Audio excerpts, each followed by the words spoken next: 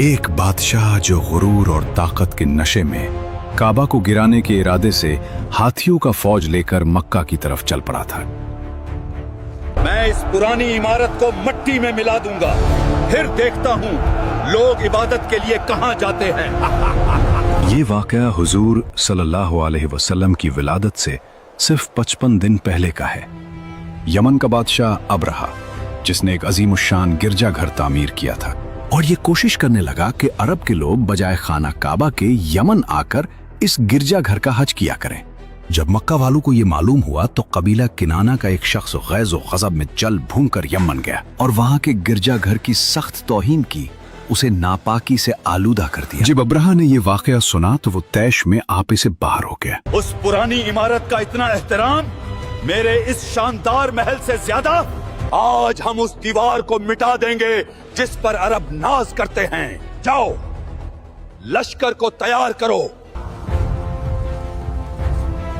एक खौफनाक लश्कर मक्का की तरफ बढ़ा। हर कदम के साथ जमीन कांप रही थी और खाना काबा को ढाने के लिए हाथियों की फौज लेकर मक्का पर हमला कर दिया। बचाओ, हमें बचाओ, इस कहर से बचाओ। और उसकी फौज के अगले दस्ता ने मक्का वालों के तमाम ऊंटों और दूसरे मवेशियों को छीन लिया। इसमें 200 या 400 ऊंट अब्दुल मुत्तलिब के थे। आका, अब हम कैसे ऊंट वापस लाएंगे?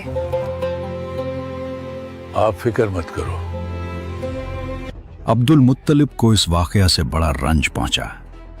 हजरत अब्दुल मुत्तलिब ने फैसला किया कि वो खुद उस जालिम बादशाह से मुलाकात करेंगे। अब मुझे खुद वहां जाना होगा और अपने ऊंट वापस छुड़ाने होंगे। चनाचे आप इस मामले में गुफ्तगू करने के लिए उसके लश्कर में तशरीफ ले गए। जब अबरहा को मालूम हुआ कि कुरैश का सरदार उससे मुलाकात करने के लिए आया है तो उसने आपको अपने खैमा में बुला लिया। उसे खैमे में बुलाओ। और जब अब्दुल मुत्तलिब को देखा कि एक बुलंद कामत, रौबदार और निहायत ही हसीन और जमील आदमी है, जिनकी पेशानी पर नूर नबुव्वत का जाहो जलाल चमक रहा है, तो सूरत देखते ही अबरहा मरूब हो गया और बेइख्तियार तख्ते शाही से उतरकर आपकी ताज़ीम व तकरीम के लिए खड़ा हो गया और अपने बराबर बिठाकर दरियाफ्त किया कि कैसे सरदार कुरैश, यहाँ आपकी तशरीफ आवरी का क्या मकसद है? अब्दुल मुत्तलिब ने जवाब दिया, मैं यहाँ आपसे जंग करने नहीं आया हूँ। हमारे ऊंट और बकरियां जो आपके लश्कर के सिपाही हाँक आए हैं, और आप उन सब मवेशियों को हमारे हवाले कर दीजिए।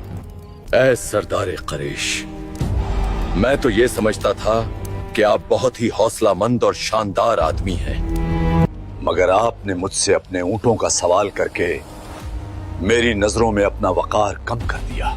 ऊंट और बकरी की हकीकत ही क्या है? मैं तो आपके काबा को तोड़ फोड़ कर बर्बाद करने के लिए आया हूँ। आपने इसके बारे में कोई गुफ्तगू ही नहीं की। मुझे तो अपने ऊंटों से मतलब है। काबा मेरा घर नहीं है, बल्कि वो खुदा का घर है। वो खुद अपने घर को बचा लेगा।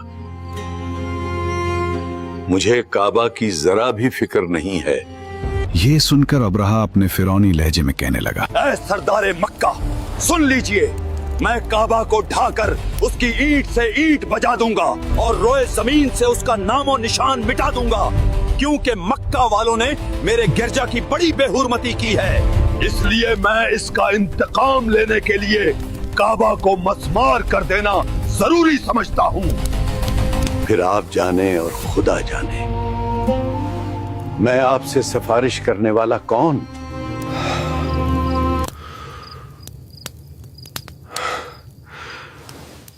इस गुफ्तगू के बाद अबरहा ने तमाम जानवरों को वापस कर देने का हुक्म दिया और अब्दुल मुत्तलिब तमाम ऊंटों और बकरियों को साथ लेकर अपने घर चले आए और मक्का वालों से फरमाया, मक्का वालों, अपने अपने माल मवेशी लो और फौरन शहर खाली कर दो।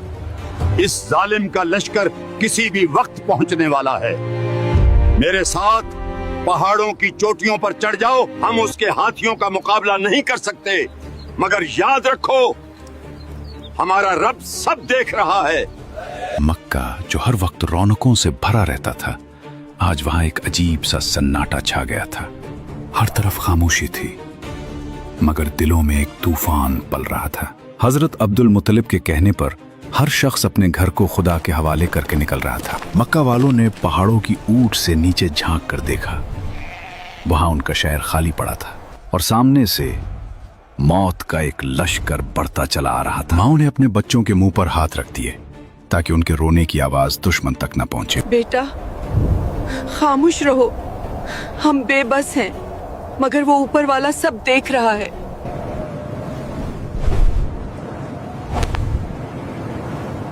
इंसान जा चुके थे, अब सिर्फ खुदा बाकी था। अबरहा को लगा कि रास्ता साफ है, मगर उसे ये मालूम न था कि आज मक्का की दीवारें नहीं, आसमान का निजाम मुकाबला करेगा। शहर खाली हो चुका था, लोग जा चुके थे, मगर कुरैश का सरदार अपने मालिक को तन्हा कैसे छोड़ देता। वो जा रहा था उस दर की तरफ जहां से कभी कोई खाली नहीं लूटा। अब्दुल मुत्तलिब फिर खुद अपने खानदान के चंद आदमियों को साथ लेकर खाना काबा में गए और दरवाजे का हल्का पकड़कर इंतहाई बेकरारी और गिरिए वजारी के साथ दरबार बारी में इस तरह दुआ मांगने लगे कि ऐ अल्लाह, बेशक हर शख्स अपने अपने घर की हिफाजत करता है, लिहाजा तू अभी अपने घर की हिफाजत फरमा। अब्दुल मुत्तलिब ने ये दुआ मांगी और अपने खानदान वालों को साथ लेकर पहाड़ की चोटी पर चढ़ गए और खुदा की कुदरत का जलवा देखने लगे। अबरहा जब सुबह को काबा ढाने के लिए अपने लश्कर जर्रार और हाथियों की कतार के साथ आगे बढ़ा। सुबह का सूरज अभी पूरी तरह निकला भी न था कि अबरहा का गुरूर जमीन पोस होने लगा। मकाम मुगम्मस पर पहुंचते ही वो हाथी जिस पर उसे नाज था, खुदा के हुक्म से मिट्टी पर बैठ गया। उठ महमूद, आगे बढ़। ये क्या बदकलामी है? इस जानवर को लोहे की सिलाखों से मारो। हर बार उसे मारा गया, हर बार ललकारा गया, मगर वो बेजबान जानवर अपने खालिक की हद पहचान गया था। जब उसे यमन की तरफ मोड़ा जाता तो वो दौड़ने लगता, मगर जैसे ही रुख मक्का की तरफ होता वो फिर बैठ जाता और फिर आसमान का रंग बदलने लगा। समंदर की जानिब से नन्हे नन्हे परिंदों के झंड नमूदार हुए। उनकी चोंचों और पंजों में तीन तीन नन्ही कंकरियां थीं, जो देखने में मामूली थीं, मगर उन पर कहरे इलाही की मोहर लगी थी। समंदर की जानिब से हरम काबा की तरफ आने लगे। अबाबीलों के इन दिल बादल लश्करों ने अबरहा की फौजों पर इस जोर शोर से संगबारी शुरू कर दी कि आन की आन में अबरहा के लश्कर और उसके हाथियों के पर खच्चे उड़ गए। अबाबीलों की संगबाजी खुदावंद क़हार और जब्बार के कहर और गजब की ऐसी मार थी कि जब कोई कंकरी किसी फील सवार के सर पर पड़ती थी तो वो उस आदमी के बदन को छींटती हुई हाथी के बदन से पार हो जाती थी। ये क्या हो रहा है? मेरे हाथ पिघल रहे हैं, भागो, खुदा का अज़ब आ गया। अबरहा की फौज का एक आदमी भी जिंदा नहीं बचा और सबके सब अबरहा और उसके हाथियों समेत इस तरह हलाक और बर्बाद हो गए कि उनके जिस्मों की बोटियां टुकड़े टुकड़े होकर जमीन पर बिखर गईं। चुनांचे कुरान मजीद में अल्लाह ताला ने इस वाकया का जिक्र करते हुए फरमाया कि अलम तरा कैफ फ़अल रब्बुक बिअस्हाबिल फ़ील अलम यजअल कैदहुम फ़ी तदलील व अरसल अलैहिम तैरन अबाबील तरमीहिम बिहिजारतिन मिन सिज्जील फजअलहुम कअस्फिन मअकूल। यानी, ए महबूब, क्या तुमने नहीं देखा कि तुम्हारे रब ने हाथी वालों के साथ क्या किया? क्या उसने उनकी चाल को नाकाम नहीं बना दिया और उन पर झंड के झंड परिंदे भेजे जो उन पर पक्की हुई मिट्टी के कंकर फेंक रहे थे? बस अल्लाह ने उन्हें चबाए हुए भूसे की तरह कर दिया। जुल्म का सूरज डूब चुका था और तकब्बुर मिट्टी में मिल गया था। वो घर जिसे दुनिया तन्हा समझ रही थी, आज उसके मालिक ने उसे कयामत तक के लिए सरबुलंद कर दिया था।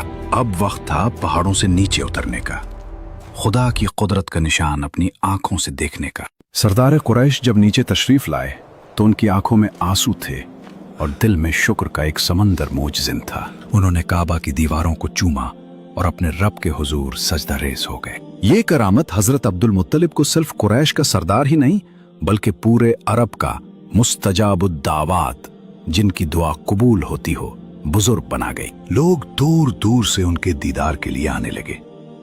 हर शख्स जान गया था कि ये वो अजीम हस्ती है जिस पर आसमान की खास नजर करम है। अब्राहा का लश्कर मिट्टी में मिल चुका था। अरब के रेगिस्तान में अब एक अजीब सी खामोशी छा गई थी, मगर यह खामोशी किसी तूफान की नहीं थी, बल्कि उस सहर के इंतजार की थी जो कयामत तक के लिए इंसानियत की तकदीर बदलने वाली थी। इस नूर की अमानत हजरत अब्दुल्ला रजी अल्लाह अन्हु के पास थी। वो अब्दुल्ला जो कुरैश के सबसे लाडले और हसीन नौजवान थे, चूंकि उनकी पेशानी में नूरे मोहम्मदी अपनी पूरी शान और शौकत के साथ जलवागर था। कबीला कुरैश की तमाम हुसैन औरतें उनके हुस्न जमाल पर फरीफ्ता और उनसे शादी की खास्तगार थीं, मगर अब्दुल मुत्तलिब उनके लिए एक ऐसी औरत की तलाश में थे जो हुस्न जमाल के साथ साथ हस्ब व नसब की शराफत और इफ़्फ़त व पारसाई में भी मुमताज हो। अजीब इत्तेफाक के एक दिन अब्दुल्ला शिकार के लिए जंगल में तशरीफ ले गए। मुल्क शाम के यहूदी चंद अलामतों से पहचान गए थे कि नबी आखिरुज़्ज़मान के वालिद माजिद यही हैं। चुनांचे उन यहूदियों ने हजरत अब्दुल्ला को बारहा कत्ल कर डालने की कोशिश की। इस मर्तबा भी यहूदियों की एक बहुत बड़ी जमात तैयार होकर इस नीयत से जंगल में गई कि अब्दुल्ला को तन्हाई में धोखे से कत्ल कर दिया जाए, मगर अल्लाह ताला की हिफाजत ने इस मर्तबा भी अपने फजल करम से बचा लिया। आलम गैब से चंद ऐसे सवार नागहा नमूदार हुए जो इस दुनिया के लोगों से कोई मुशाबहत ही नहीं रखते थे। उन सवारों ने आकर यहूदियों को मार भगाया और अब्दुल्ला को बहिफाजत उनके मकान तक पहुंचा दिया। वहब बिन मुनाफ भी उस दिन जंगल में थे और उन्होंने अपनी आंखों से ये सब कुछ देखा, इसलिए उनको अब्दुल्ला से बेइंतहा मोहब्बत और अकीदत पैदा हो गई और घर आकर ये अज़्म कर लिया कि मैं अपनी नूरे नजर आमना की शादी अब्दुल्ला ही से करूं। चुनाचे अपनी इस दिली तमन्ना को अपने चंद दोस्तों के जरिए उन्होंने अब्दुल मुत्तलिब तक पहुंचा दिया। खुदा की शान कि अब्दुल मुत्तलिब अपने नूरे नजर अब्दुल्ला के लिए जैसी दुल्हन की तलाश में थे, वो सारी खूबियां हजरत आमना बिन्त वहब में मौजूद थीं। अब्दुल मुत्तलिब ने इस रिश्ते को खुशी खुशी मंजूर कर लिया। चुनाचे 24 साल की उम्र में हजरत अब्दुल्ला का हजरत बीबी आमना से निकाह हो गया और नूर मोहम्मद हजरत अब्दुल्ला से मुंतकिल होकर हजरत बीबी आमना के शिक में अथर में जलवागर हो गया। हमने नबी सल्लल्लाहु अलैहि वसल्लम की सीरत पर एक सिलसिला शुरू किया है। इसके अगले हिस्से में एपिसोड नंबर 2 में हम हजरत अब्दुल्ला रजी अल्लाह अन्हु और सैयदा आमना रजी अल्लाह अन्हा के निकाह के बाद हुजूर अलैहिस्सलाम की विलादत का पुरनूर वाक़या बयान करेंगे। अगर आप अगला एपिसोड देखना चाहते हैं तो कमेंट में एपिसोड 2 जरूर लिखें।